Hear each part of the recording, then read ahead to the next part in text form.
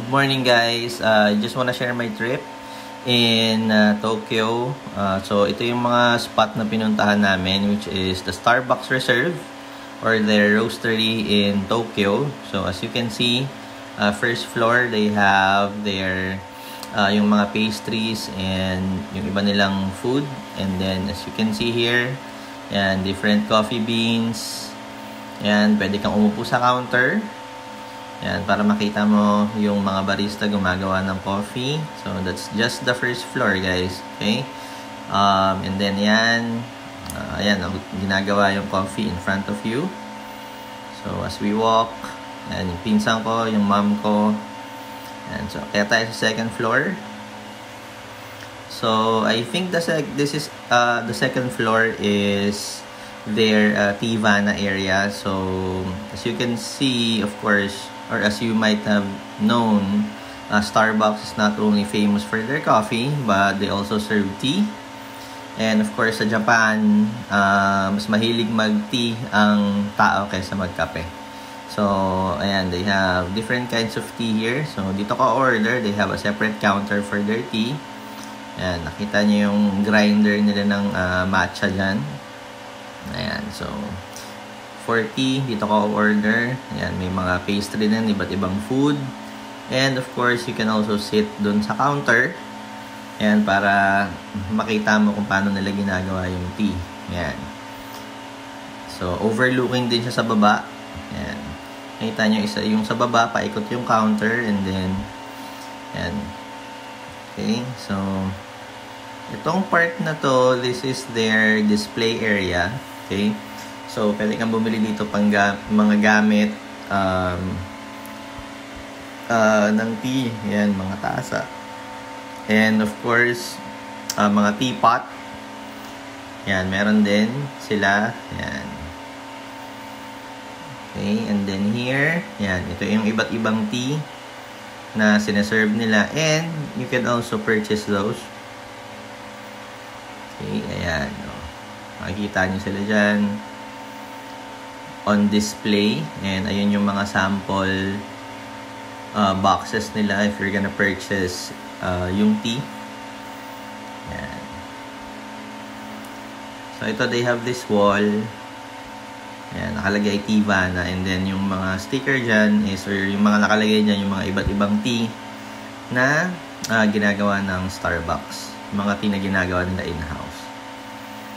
Okay, so that's it for the second floor. So, akit pa tayo isa. Ayan. Okay, so third floor. As you can see, 4 floors siya. So, ayan. Kaya tayo sa taas. Kung pumunta kami dito, guys, sobrang daming tao kasi Golden Week sa Japan. So, holiday. Maraming namamasyal. Ayan. Itong wall na to, ayan, lahat ng coffee na ginagawa nila in-house. Ayan, mga iba't ibang klaseng coffee. And then, you'll be able to see Tokyo nakalagay dun sa wall. So, dito, yan, makikita nyo yung kung paano nila-roast yung coffee. Yan. And of course, you can sit on the counter. And, maganda dito, merong balcony. Yan. May mga upuan din dyan. You can bring your order here. Yan. Habang nagkakape ka, overlooking. Yan. Sobrang linis dito, guys. Sobrang bango. Amoy na amoy yung coffee talaga. Yan. And they also have drinks na dito lang meron. So, if ever na you'll be dropping here, make sure to order yung mga drinks na wala sa regular na Starbucks kasi sobrang sarap, guys. Yan. So, ikot pa tayo. So, punta tayo dun sa kabilang side. Yan. So, ito meron ding mga mga upuan sa counter, as you can see. Yan. Okay, so yan yung kanilang, I think that was a chocolate cake. Yan. So, ayan, sobrang daming tao, guys, kasi holiday. Daming namamasyal. Okay, ayan. Makita nyo yung mga barista dyan. Ayan. Ganda ng view. And nung pumunta kami dito, pala hapon siya.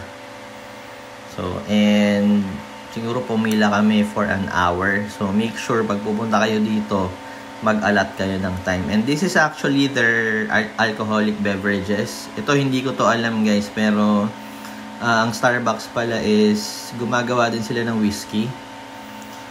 Ayan, kita nyo, alcoholic beverages to. Dito ako nagulat. Ito hindi ko to alam about Starbucks. Ayan, gumagawa yung barista ng drinks.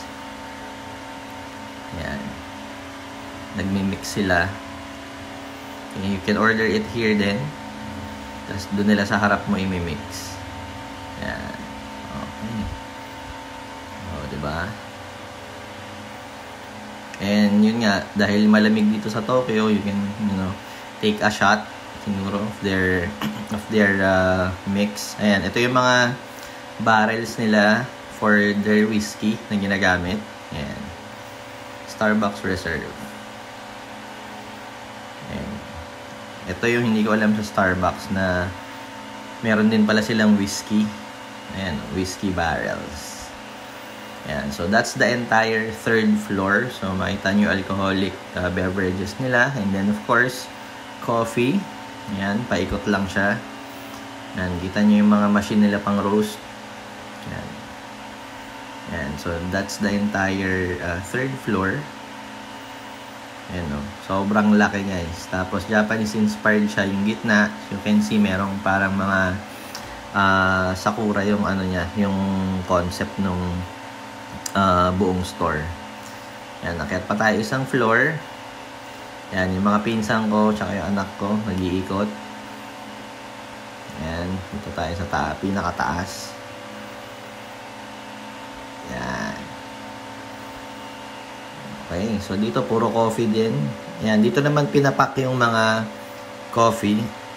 Ayan, nakikita nyo meron silang conveyor belt. Yan, puro coffee yan.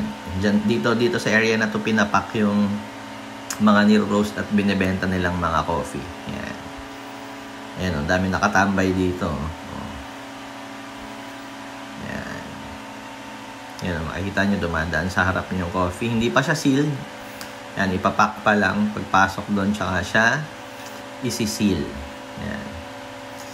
So, napakaganda ng experience dito. Sobrang chill. Ayan, yung mga sakura flowers. Ayan. Ayan ang aking mother. Ayan. Sa labas. Ayan. Overlooking din. Sobrang chill lang nung place. And siguro mas maganda kung less yung tao nung pumunta kami. Kaya lang, yun nga, holiday. So, make sure when you go to Japan or when you visit Tokyo, visit itong Starbucks Reserve na to. Okay, napakaganda ng experience. Sobrang sarap ng coffee. Meron din silang mga coffee and tea na wala sa regular na Starbucks store. So, if you're a coffee lover and yun nga, punta ka ng Japan, so it's a must na pumunta ka rito and try out their coffee. Tsaka para bisita yung buong place kasi sobrang ganda, worth it yung yung pila namin ng 1 hour. So hope you guys enjoyed the video. So see you guys on the next one.